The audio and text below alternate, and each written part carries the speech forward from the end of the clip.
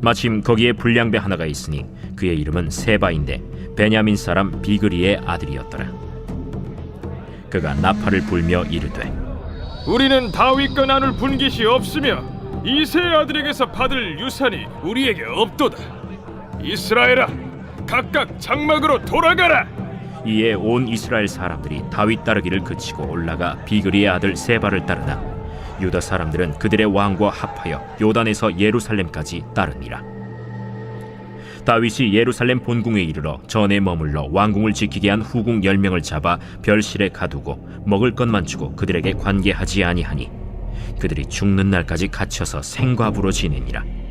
왕이 아마사에게 이르되 너는 나를 위하여 3일 내로 유다 사람을 큰 소리로 불러 모으고 너도 여기 있으라. 아마사가 유다 사람을 모으러 가더니 왕이 정한 기일에 지체된지라.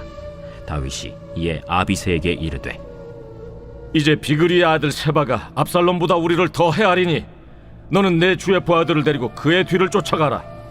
그가 견고한 성읍에 들어가 우리들을 피할까 염려하노라. 요압을 따르는 자들과 그렛 사람들과 블렛 사람들과 모든 용사들이 다 아비새를 따라 비그리의 아들 세바를 뒤쫓으려고 예루살렘에서 나와 기브온 큰 바위 곁에 이르매 아마사가 맞으러 오니 그때 요압이 군복을 입고 띠를 띠고 칼집에 꽂은 칼을 허리에 맸는데 그가 나아갈 때 칼이 빠져 떨어졌더라. 요압이 아마사에게 이르되 내 형은 평안하냐?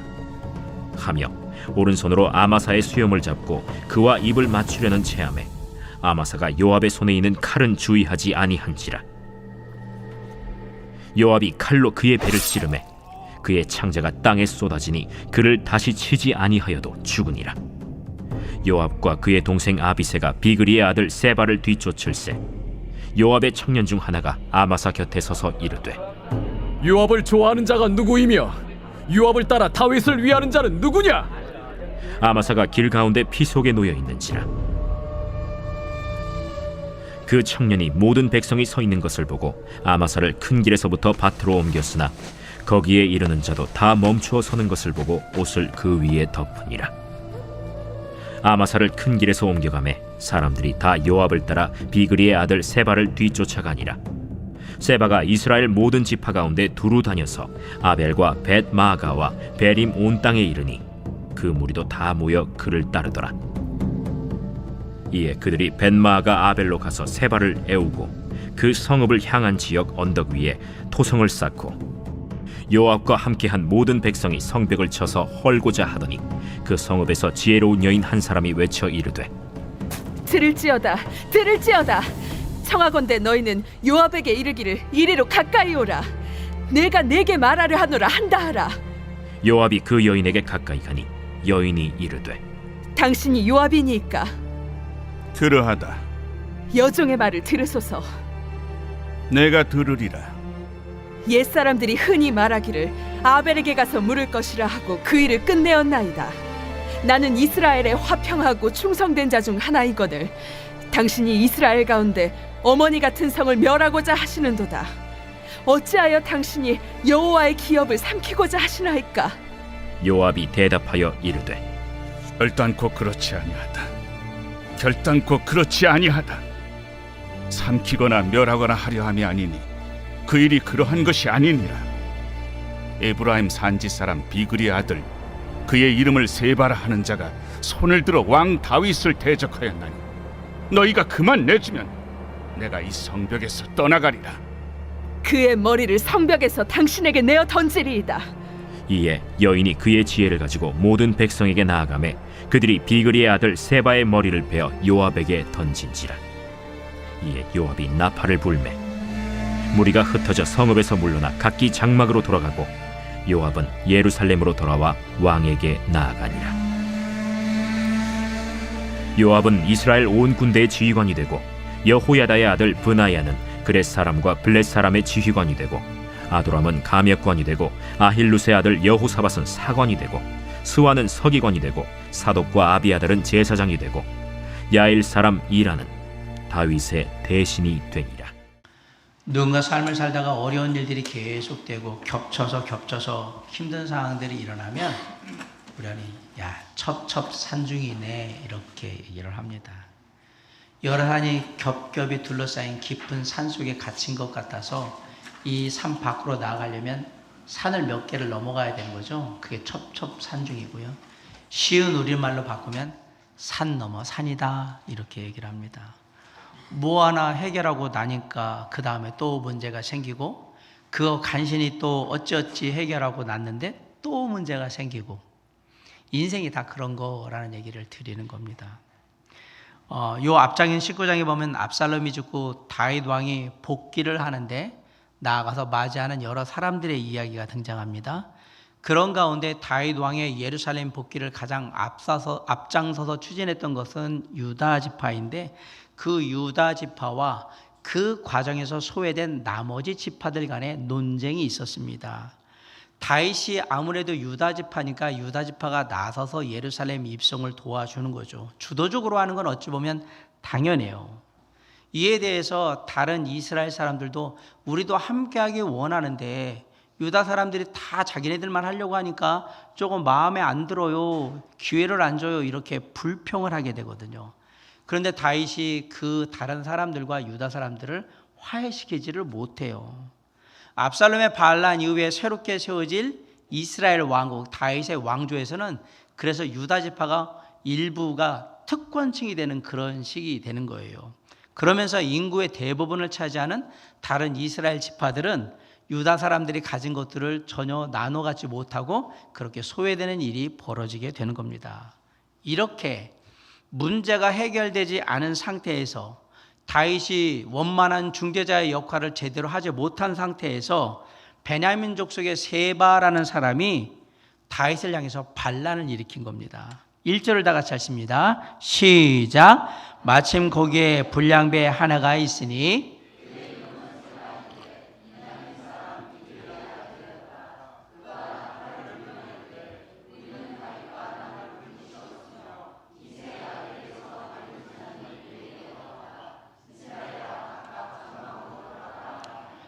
세바가 일으킨 이 반란은 압살롬이 일으킨 반란하고는 성격이 전혀 다릅니다. 이건 백성들이 일으킨 반란이기 때문에 다르다는 얘기입니다. 우리는 다윗 왕조가 싫습니다. 우리한테 아무런 유익이 안 되는 다윗 왕조 싫고 새로운 왕조를 세워주세요, 이렇게 얘기한 거란 말입니다. 먼저 1절에 보면 세바를 불량배라고 표현을 합니다. 여기서 말하는 불량배는 무익한 사람, 무가치한 사람, 그런 의미예요. 다시 말하면 부도덕하고 사악한 자로서 하나님과 사람들에게 아무런 도움이 안 되는 그런 쓸모없는 자, 그 사람이 세바라고 얘기를 한 거예요. 또한 세바를 베냐민 사람이라고 얘기를 했는데, 여러분 베냐민 사람 하면 떠오르는 사람이 누구냐면 사울왕이에요. 사울왕이 베냐민 지파거든요. 이 말은 사울왕과 그 베냐민 지파 사람들은 다윗이 왕이 되는 것에 대한 반감이 있단 말이에요. 쉽게 말하면 다윗이 왕으로 복귀하는 것에 대해 거부감을 갖고 있는 사람이다라고 세바를 지금 소개한 거예요. 세바는 다윗에게 감정적으로 안 좋은 사람들을 선동하기 시작합니다. 1절에 보면 우리는 다윗과 나눌 분깃이 없으며 이새의 아들에게서 받을 유산이 우리에게 없도다. 이스라엘아 각각 장막으로 돌아가라 라고 사람들에게 외쳐요. 쉽게 말하면 다윗에게서 더 이상 나올 거 없으니까 다 집에 가라고 얘기를 한 거예요. 주목할 것은 세바가 다윗을 뭐라고 부르냐면 왕이라고 부르지 않고 이새의 아들이라고 부르고 있습니다. 그 말은 세바는 다윗을 왕으로 인정하지 않고 무시하고 있다, 이 얘기입니다. 또한 세바는 다윗 왕에게서 이제 이 왕조에게서는 우리가 받을 수 있는 분깃이나 유업, 지분 이런 거 하나도 없다라고 얘기해요. 그러니까 각자 돌아가서 알아서 살되 다윗이 너희들에게 세금을 물리거든 세금 내지 말고, 그리고 부역을 시키거든 부역도 거부하고 그렇게 하라고 선동을 한 겁니다. 그런데 이 선동이 놀랍게도 효과를 발휘합니다. 2절 한번 읽어보세요. 시작. 이에 온 이스라엘 사람들이 다윗 따르기를 그치고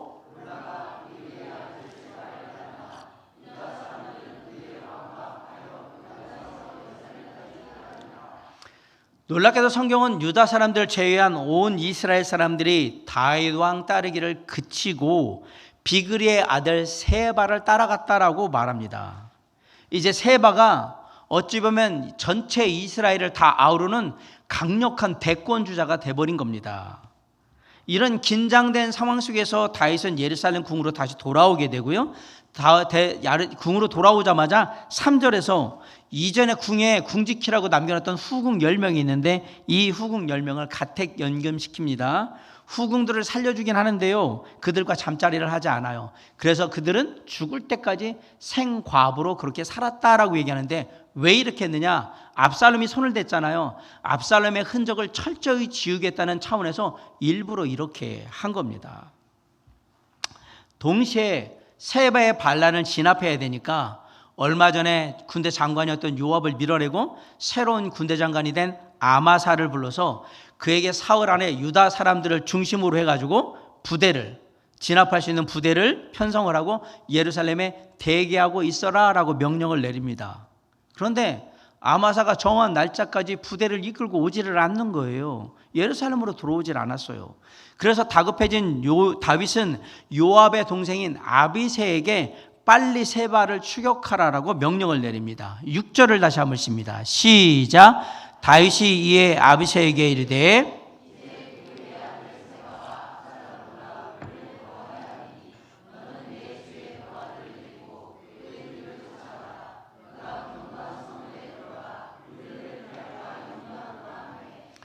여기서 놀라운 것은 다윗이 요압이 있는데도 불구하고 의도적으로 요압을 부르지 않았다라는 사실입니다. 왜? 요압이 압살롬 죽인 것부터 해서 자신의 말을 듣지 않는다라는 사실을 잘 알고 있었기 때문에 요압을 안 부른 겁니다. 보내지 않은 거예요. 근데 7절에 아비새가 이끄는 부대를 보니까 요압을 따르는 자들과 그렛 사람들과 블렛 사람들과 모든 용사들이라고 그 부대를 얘기를 해요. 쉽게 말하면 이 안에 외국인 용병까지 들어있는 최정예 부대라는 사실을 얘기해 주는 거예요. 그런데 이런 아비새에 추격하는 부대에 처음 언급된 사람이 누구냐면 요압을 따르는 자들입니다. 이 말은 부대의 선두에 요압의 부대가 서 있다라는 얘기를 하고 있는 겁니다. 그리고 얼마 안 가서 이렇게 따라 나간 요압이 마주하게 된 건 세바가 아니라 아마사입니다. 아비새와 요압이 이끄는 최정예 부대가 기브온의 큰 바위에 이르렀을 때 아마사가 이 두 사람을 맞이하러 나오게 되는데, 아마사는 왜 정한 날까지 다윗의 명령대로 예루살렘으로 오지 않았던 걸까요? 그리고 왜 지금 돼 있으면 예루살렘을 가도 지금 부족할 판인데 왜 기브온 이곳으로 왔을까? 사실 아마사는 다윗을 반역할 생각이 전혀 없는 사람이에요. 자신에게 기회를 준 사람이잖아요, 왕이. 예루살렘이 아니라 왜 기브온에 왜 왔을까? 누군가 이리로 오라고 했겠지요. 누가 그랬을까요? 요압이 따로 전령을 보내서 예루살렘 가지 말고 이쪽으로 와서 네 부대하고 우리 부대하고 합해서 세바를 쫓으러 가자라고 전령을 보낸 거예요. 거기에 맞춰서 이쪽으로 온 거예요.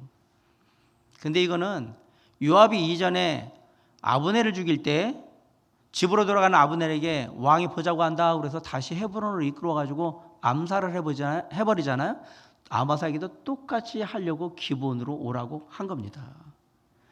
그러자 요압은 아마사에게 문안 인사를 하고요. 그리고 가서 아마사를 칼로 찔러 죽입니다. 9절 10절 한번 봅시다. 시작. 요압이 아마사에게 이르되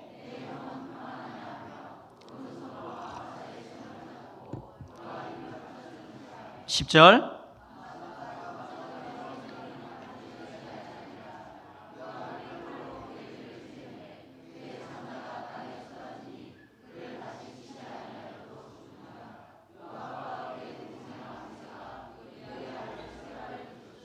네, 요압이 인사하는 척하면서 오른손으로 아마사의 수염을 잡은 거예요.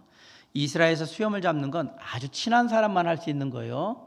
안 친한 사람이 하면 거의 이제 죽기 살기로 싸워요. 근데 이렇게 잡았다는 얘기는 나와 너는 친한 사이다라고 얘기를 한 거예요. 그리고 요압은 오른손잡이란 말이에요. 그래서 오른손잡이가 수염을 탁 잡으니까, 사실 모든 싸움이나 칼은 오른손으로 잡으니까 아마사가 왼쪽에 칼을 가지고 있었는데 설마 이런 생각을 안 하는 거죠. 이거로 다 죽인다는 생각을 안 하고 이렇게 하니까 그런가 보다 라고 하고 있는데, 요압이 왼손으로 칼을 들어가지고 아마사의 복부를 칼로 찔렀고요. 내장이 터져가지고 다 밖으로 나와서 아마사는 그 자리에서 즉사를 합니다. 이렇게 아마사를 암살한 이후에 세바를 추격하는 실질적인 대장이 요압이 되었다라고 성경은 얘기하는 거예요. 10절에 보세요. 그러면 요압과 그의 동생 아비새가 비그리의 아들 세바를 뒤쫓을세. 누가 앞에 나와요? 요압이라고 나오죠. 요압은 다윗이 안 보냈습니다. 참고로 알아두셔야 됩니다. 하지만 아마사가 데려온 군대들을 하나로 모으는 게 그리 쉬운 일이 아닙니다. 잘 생각해 보세요. 우리를 이끌어왔던 지휘관 대장이 지금 요압한테 암살을 당한 거예요. 눈앞에서. 그걸 봤어요. 그리고 그 대장의 시신이 지금 길가에 널브러져 있는 상황이에요. 이걸 보고 있는 병사들의 마음은 어떨까라는 걸 참 생각해 보세요. 이런 상황에서 우리의 대장을 죽인 다른 지휘관을 따라간다는 건 이건 내키는 일이 아닙니다. 그래서 사람들이 흔들리니까 이 시신을 길가에서 저 밭인 대로 확 던져버린 거예요. 던져버렸는데도 계속 쳐다보고 있으니까 거기에 옷을 덮어가지고 보지 마, 그리고 가자라고 얘기를 한 거예요. 그때야 아마사의 군사들도 같이 합류해서 세바를 추격하게 됩니다. 13절 한번 읽습니다. 시작. 아마사를 큰 길에서 옮겨가매. 네, 여기까지가 앞이야기예요. 오늘 본문에 보면 여러 사람들이 등장을 합니다. 세바, 아마사, 아비새, 요압. 세상적으로 보면 참 쟁쟁한 사람들입니다. 그런데 이들 사이에는 공통점이 하나가 있습니다. 그 누구도 자신이 있어야 될 자리를 지키지 않았다라는 공통점이 있습니다. 이스라엘의 백성으로서 왕의 신하로서의 도리를 다하지 않고 그 자리를 벗어나가지고 다윗 왕에게 반역하고 있는 세바, 시키지도 않았는데 가지 말라고 했는 제멋대로 지금 세바를 추격하고 있는 요압 장군, 그 다음에 새롭게 임명된 군대의 장관으로서 다윗의 명령에 철저히 순종해야 되는데도 불구하고 명령을 어기고 지금 예루살렘이 아닌 기드온에 와 있는 아마사, 그리고 다윗의 명령이 없었는데도 모든 군사들의 지휘권을 요압에게 넘겨준 아비새, 거기다가 자신의 지휘관이 비참한 죽음을 맞았음에도 불구하고 애도하는 자리를 지키지 아니하고 살인자를 쫓아가는 아마사의 군사들, 거기다 다윗도 마찬가지예요. 왕궁에 들어와서 다윗이 제일 먼저 한 일이 뭡니까? 무사히 자기가 왕으로 다시 예루살렘 궁으로 돌아오게 됐으면 하나님의 성전에 가서 하나님께 나아서 하나님, 제가 다시 돌아왔습니다. 모든 것이 하나님의 은혜입니다. 감사합니다라고 감사의 제사를 드리려도 부족할 만해 겨우 자신의 체면과 명예를 유지하기 위해서 후궁들을 가혹하게 대한 일이, 그게 첫 번째 한 일이에요. 누구 하나 자기 자리에서 자신에게 맡겨진 역할을 제대로 감당한 사람이 하나도 없는 거 봐요. 다 제멋대로 하는 거예요. 그 가운데서 꿋꿋이 자리를 지키시고 역할을 하시는 분은 보이지 않으시는 하나님 한 분밖에 없는 거예요. 지금 이 상황. 하나님만이 모든 상황을 알고 계시고 모든 변수 속에서도 흔들림 없이 하나님의 뜻을 이루어 가시며 언제나 타락한 세상을 붙들고 가고 계시고 그런 겁니다. 그렇게 이 반역자들, 이 악한 자들, 이 못난 자들을 사용하셔서 그때나 지금이나 하나님의 나라를 이루어 가고 계신 거예요. 우리 교회 어린이집 유치원에 교사분들이 많이 있어요. 여럿 있는데 걔네들한테 모이세요 그러면 모일 거라고 생각하십니까? 다 제멋대로 하나 데려오면 하나 나가고 또 하나 데려오면 또 하나 나가고 또 하나 데려오면 나가고 모여놓으면 또 신경없다 나 싫어요 그러고 막 나가가지고 딴짓거리하고 장난감 갖고 놀고 있고, 수많은 일이 얽히고 설킨 가운데서도 하나님은 꿋꿋이 그곳에서 하나님의 그 장소에서 우리를 바라보시고 우리를 지키시고 그래서 우리를 모으셨기에 지금 이 시간을 맞이하고 있는 겁니다.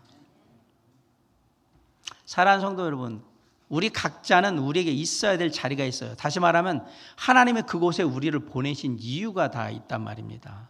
가족의 일원으로서 함께하고 있는 이유, 직장의 동료로 그곳에서 함께하고 있는 이유, 학교의 친구로서 그들과 함께하고 있는 이유, 그리고 가까운 이웃으로서 그들과 함께하고 있는 그곳에 있는 이유가 있어요.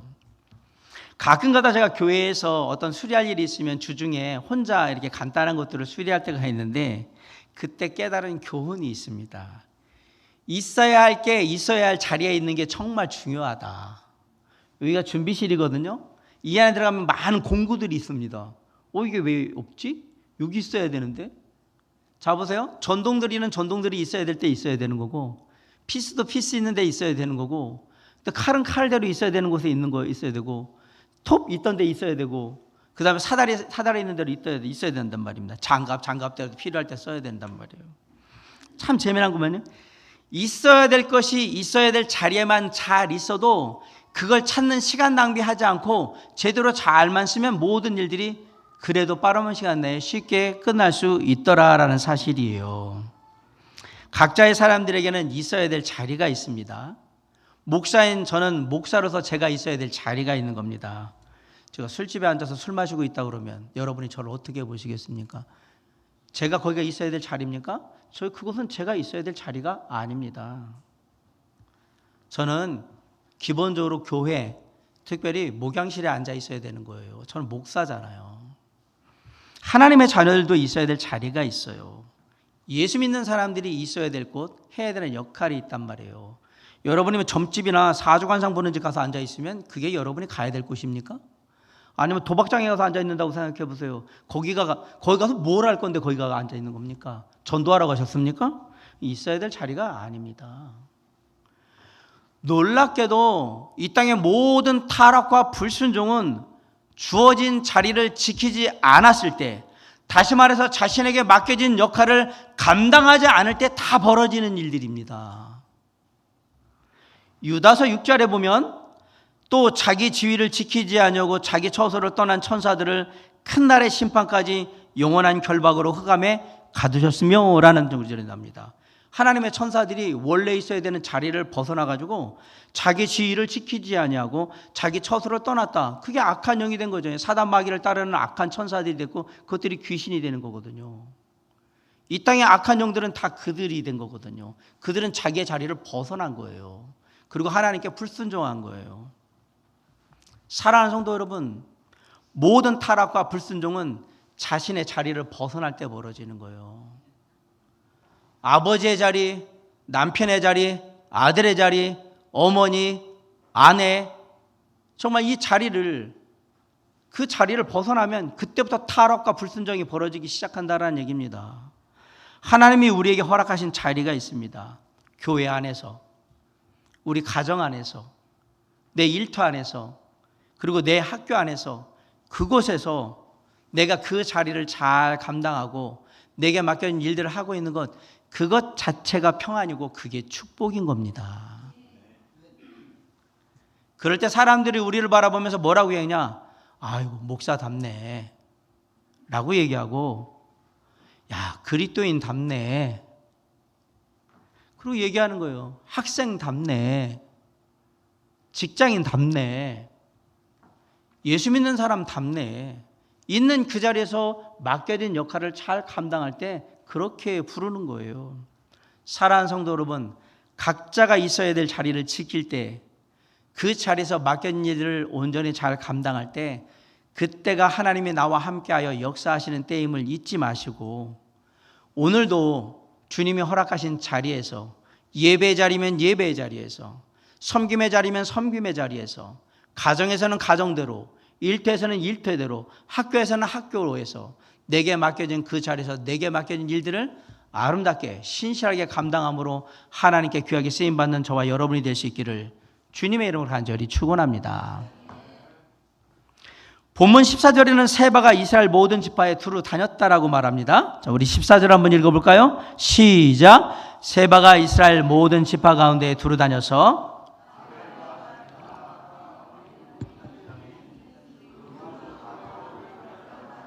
네, 세바가 이스라엘 각지를 다 다니면서 지지 세력들을 모았다 얘기입니다.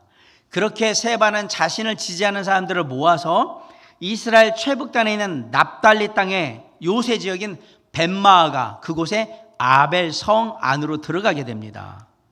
세바와 세바를 따르는 무리들이 아벨 성에 들어갔다는 소식을 여기 아비새와 요압이 듣고 병사들을 함께 데리고 아벨 성으로 가는 거예요. 그리고 성을 겹겹이 포위를 하고 성을 무너뜨리기 위해서 토성을 쌓기 시작합니다. 15절 한번 읽습니다. 시작. 이에 그들이 벳마가 아벨로 가서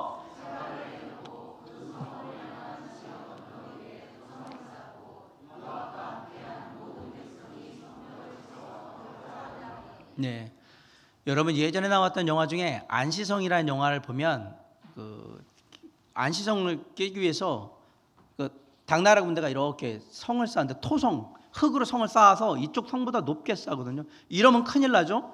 높아지면 안에가 움직이는 게 다 보이고 화살을 공격을 하든 무슨 공격을 하든 이 공격을 하기가 정말 수월해지죠. 위에서 떨어지는 공격이기 때문에 엄청난 피해를 입습니다. 이래서 토성 공격은 위험한 공격인 거예요. 막는 입장에서는 많은 인명피해도 나고 재산피해도 많이 나거든요. 다시 말해 지금 아벨성은 완전히 파멸해야 되는 위기에 지금 딱 봉착해 있는 거예요. 그런데 이런 아벨성 안에 이름 모를 한 지혜로운 여인이 등장을 합니다. 이 여인이 야 이거 좀 빨리 나서지 않으면 이 성이 다 파괴가 되고 나도 죽을 수밖에 없겠구나라는 생각을 하게 된 거예요. 근데 잘 보세요. 이름 모를 지혜로운 한 여인도 이런 생각을 하는데 아벨성에 있는 다른 남자들은 과연 뭘 하고 있었을까? 아무도 안 나서는 거예요. 이 문제를 해결하기 위해서. 잘못하면 진짜 쓸모없는 죽음을 당하게 되는 거예요. 무모한 죽음을. 그래서 이 여인이 직접 나서서 요압 장군과 대화를 합니다. 타협을 하는 거예요. 그러면서 얘기합니다. 아벨성은 역사적으로 중요한 성입니다 라고 얘기해요. 18절 보세요. 자, 시작. 여인이 말하여 이르되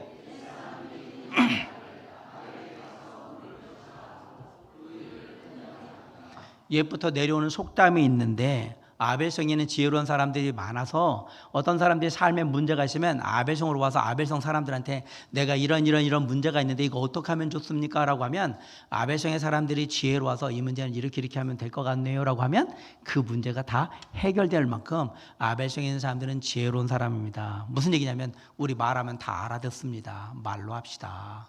이 얘기한 거예요. 그러면서 아벨성이 지혜로운 지혜의 성이라고 불릴 때 이 아벨성을 무너뜨리지 말아야 되는 두 가지 이유를 대는데, 첫째, 지혜로운 여인은 자신을 뭐라고 얘기하냐면 이스라엘의 화평하고 충성된 자 중에 하나라고 말하면서 자신과 성읍에 있는 사람들은 다윗 왕에 대해서 반란할 생각이 1도 없다라고 얘기를 하는 거예요. 19절 한번 읽어보세요. 시작.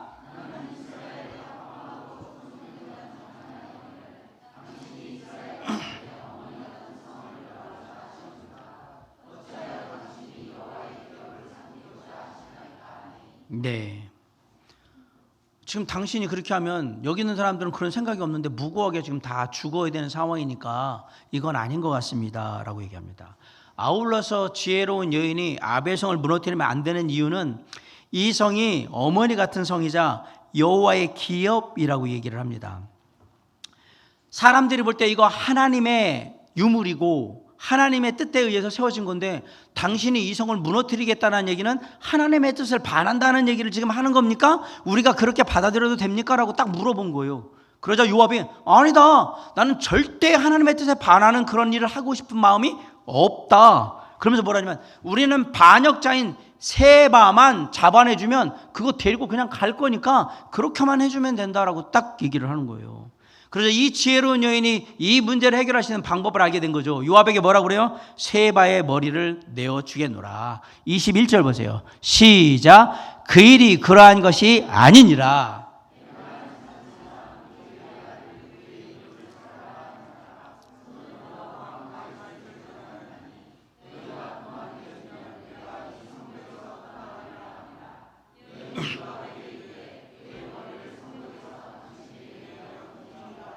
네, 그리고 22절에서 내어 던지겠다는 약속대로 세바를 잡아다가 머리를 베어가지고 그 머리를 던져준 거예요.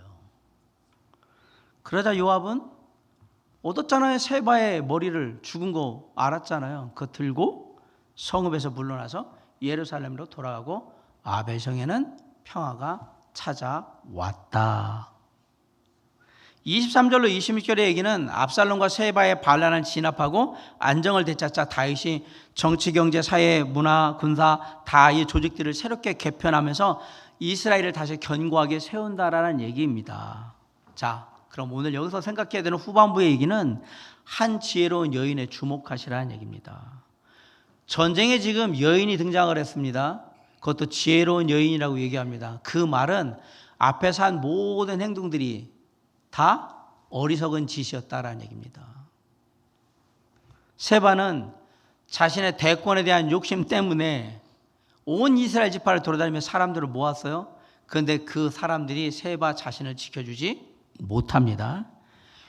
요압은 자신의 명예욕 때문에 아마사를 죽였을 뿐만 아니라 지금 세바 한 사람을 잡기 위해서 아벨성에 있는 무고한 사람들을 다 몰살시켜 죽이려는 생각까지 하는 거예요.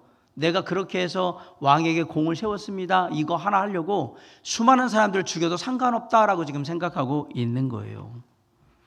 모두 자신의 욕망과 욕심으로 인해서 있어야 될 자리를 떠나고 그러게 되니까 어리석은 생각과 선택을 하게 되더라라는 얘기입니다. 우리도 때때로 내 욕심으로 인해서 누군가에 좀 인정받기 위해서 또 나름 뭔가 좀 한 건 하기 위해서 삶의 본질과 목적을 놓쳐버릴 때가 있다라는 얘기입니다. 오늘 본문에 나오는 세바와 요압같이 자신의 욕심과 욕망을 따라가다 보면 삶의 자리를 벗어나게 될 것이고요. 결국은 어리석은 삶을 살게 된다라고 성경은 얘기하는 겁니다. 그래서 성경은 이 여인처럼 지혜로운 삶을 살 줄 알아야 한다라고 얘기하는 거예요. 모든 사람들이 어리석음에 빠져가지고 어리석은 길에서 소리를 지르고 어리석은 행동을 계속하고 있을 때에 이 여인은 무고한 사람들이 죽음이라는 불이익을 당하지 않고 위기를 벗어날 수 있도록 자신의 지혜를 다 발휘해서 타협을 이끌어내고 결국 그를 통해서 많은 사람들을 살리는 그리고 성을 구하고 삶의 터전을 지키는 놀라운 일을 한 거예요. 이런 지혜로운 사람이 필요하다라는 얘기입니다. 우리 옆 사람 한번 보세요. 이렇게 얘기하세요. 부족합니다. 많이 도와주세요. 네. 무슨 얘기냐? 여러분 옆에 있는 이 사람이 당신이 어리석은 생각을 하고 어리석은 선택을 하고 어리석은 행동을 해서 막 나갈 때 당신을 지켜줄 수 있는 지혜로운 한 사람이 될 수 있다는 얘기입니다. 그래서 여러분 삶의 어려움과 위기와 삶의 문제를 능히 극복해 줄 수 있는 그 지혜가 옆에 있는 이 사람한테 나올 수도 있으니까 잘 부탁하시고요. 잘 함께 논의하시기 바랍니다. 예전에 아프리카의 한 부족 중에 나이 많은 노인네들은 다 죽여라 라고 추장이 명령을 한 적이 있대요. 나이 들어서 노인 되면 아무 힘이 없고 힘 없으면 맨날 밥만 축내니까 갖다 죽여라 그래가지고 동네에 있는 사람들이 젊은 사람들이 이 노인네들을 황량한 벌판에다 갖다 넣어서 사람들 굶어 죽게 만들었던 겁니다. 그런데 한 청년은 정말 효자라서 도저히 부모님을 이렇게 돌아가시게 할 수는 없다. 비록 나이 드셨지만. 그래서 사람들이 알 수 없는 그 황량한 그 벌판에 가축을 키우던 그곳에 몰래 숨겨놓은 거예요. 부모님, 어머니, 아버지를 숨겨놨어. 그리고 가서 중간중간에 먹을 걸 드리면서 계속 돌봐드린 거예요. 어느 날 이 마을에 추장이 아침에 일어났는데 커다란 뱀이, 아나콘다 같은 그런 뱀이 추장의 몸을 칭칭 감고 있는 거예요. 그 추장이 일어나면서 비명을 지르죠. 아프고 힘드니까 어떻게 좀 해달라고, 살려달라고. 근데 어느 누구도 그 광경을 보면 도울 수가 없는 거예요. 잘못 덤볐다간 그 큰 뱀한테 물려 죽을 것 같으니까 가지도 못하고. 이 큰 뱀을 다뤄본 노인들이 다 죽었잖아요. 이 뱀 이럴 때는 어떻게 해야 된다는 삶의 지혜를 갖고 있는 노인들이 지금 없단 말이에요. 하나도 동네 마을에. 그래서 어쩔 바를 모르고 있는 이거 어떻게 해야 되느냐. 이 큰 뱀한테 잘못 가면 죽는데 이러고 있을 때 그때 이 청년이 가축 방목장에 숨어있던 부모님한테 막 달려갔습니다. 그리고 아버지한테 얘기하니까 아버지 지금 추장님한테 이런 일이 벌어졌는데 이거 어떻게 해야 되느냐고 딱 얘기를 하니까 나이 드신 아버지가 말하는 거예요. 가다가 쥐 한 마리를 잡아가지고 가서 추장님 방에다가 그 한 마리를 풀어놔라고 딱 그냥 그러면 해결이 될 거야. 뭐 아버지가 그렇게 하라고 하니까 그래서 막 가다가 쥐 한 마리를 잡아가지고 추장방으로 막 가가지고 추장님 방에 들어가서 쥐 한 마리를 탁 내려놨어요. 쥐가 이렇게 쫄래쫄래 돌다가 보니까 뱀이 있잖아요. 그러니까 스르륵 방 밖으로 확 나가버리잖아요. 그래서 놀랍게도 그 큰 뱀이 쥐를 딱 보고 쥐를 쫓아서 쫙 나가버린 거예요. 그 추장이 살았다더라. 추장이 그걸 다 봤잖아요. 그 청년한테 물어본 거예요. 너 이 방법을 어떻게 알았냐? 청년이 얘기한 겁니다. 사실은 저는 부모님을 나이 들었다고 돌아가시게 할 수는 없어가지고 저 가축 방목하는데 거기다 몰래 숨기고 돌봐주고 계셨는데 제가 이 일 때문에 아버지에게 가서 물어봤더니 나이 드신 아버지가 이렇게 하면 될 거라고 해결이 될 거라고 얘기해 주셔서 아버지가 말씀하신 대로 그냥 한 것뿐입니다 라고 했어요. 그러자 추장이 생각에 잠겼어요. 그리고 얘기합니다. 앞으로는 노인이 되어도 그 누구도 죽이지 말아라. 그리고 앞으로는 지혜를 가진 노인들을 공경하는 삶을 살아라. 그래서 그 동네는 노인들이 살기 좋은 마을이 되었다라는 어쩌나 저쩌나 그런 얘기가 있습니다. 지혜로운 한 사람이 결국 이 청년도 이 추장도 언젠가 노인이 될 거잖아요. 수많은 사람들의 목숨을 살리며 이 모든 문제를 해결했던 거예요. 마찬가지로 하나님께서는 지금도 하나님을 경외하는 지혜로운 하나님의 사람 한 사람을 찾고 계십니다.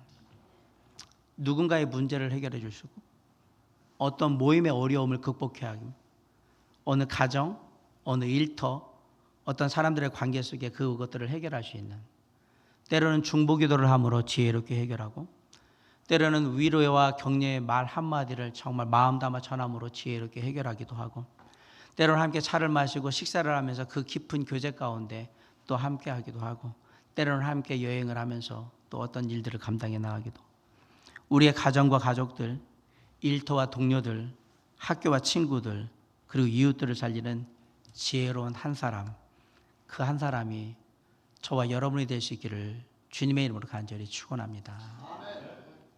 내가 하나님을 경외하고 하나님께 지혜를 구하여서 지혜로운 한 사람이 되면 내 가족을 구할 수도 있고요. 내 친구들을 구할 수도 있고 내 동료들을 구할 수도 있고 내 이웃들을 구할 수도 있고 내 믿음의 형제들을 구할 수도 있고 주님의 몸된 교회를 굳건히 세울 수도 있는 겁니다. 하나님을 경외하는 지혜로운 한 사람으로서 삶의 목적을 바로 세우고 주어진 삶의 자리에서 신실하게 살아감으로 하나님께 영광 돌리는 저와 여러분이 될 수 있기를 주님의 이름으로 간절히 축원합니다. 삶에 수많은 혼란스러운 일이 있을 때 오늘 본문은 두 가지를 얘기합니다. 내가 있어야 될 자리를 지키라고 얘기하고 그 자리에서 하나님을 경외함으로 하나님이 주신 그 지혜로 사람들을 살리고 하나님께 영광 돌리는 삶을 살아라. 오늘도 우리에게 주신 이 삶의 사명을 잘 감당해 나아감으로 하나님과 사람들에게 사랑받고 또 인정받는 저와 여러분 우리 모두가 될 수 있기를 주님의 이름으로 간절히 축원합니다. 기도하시겠습니다.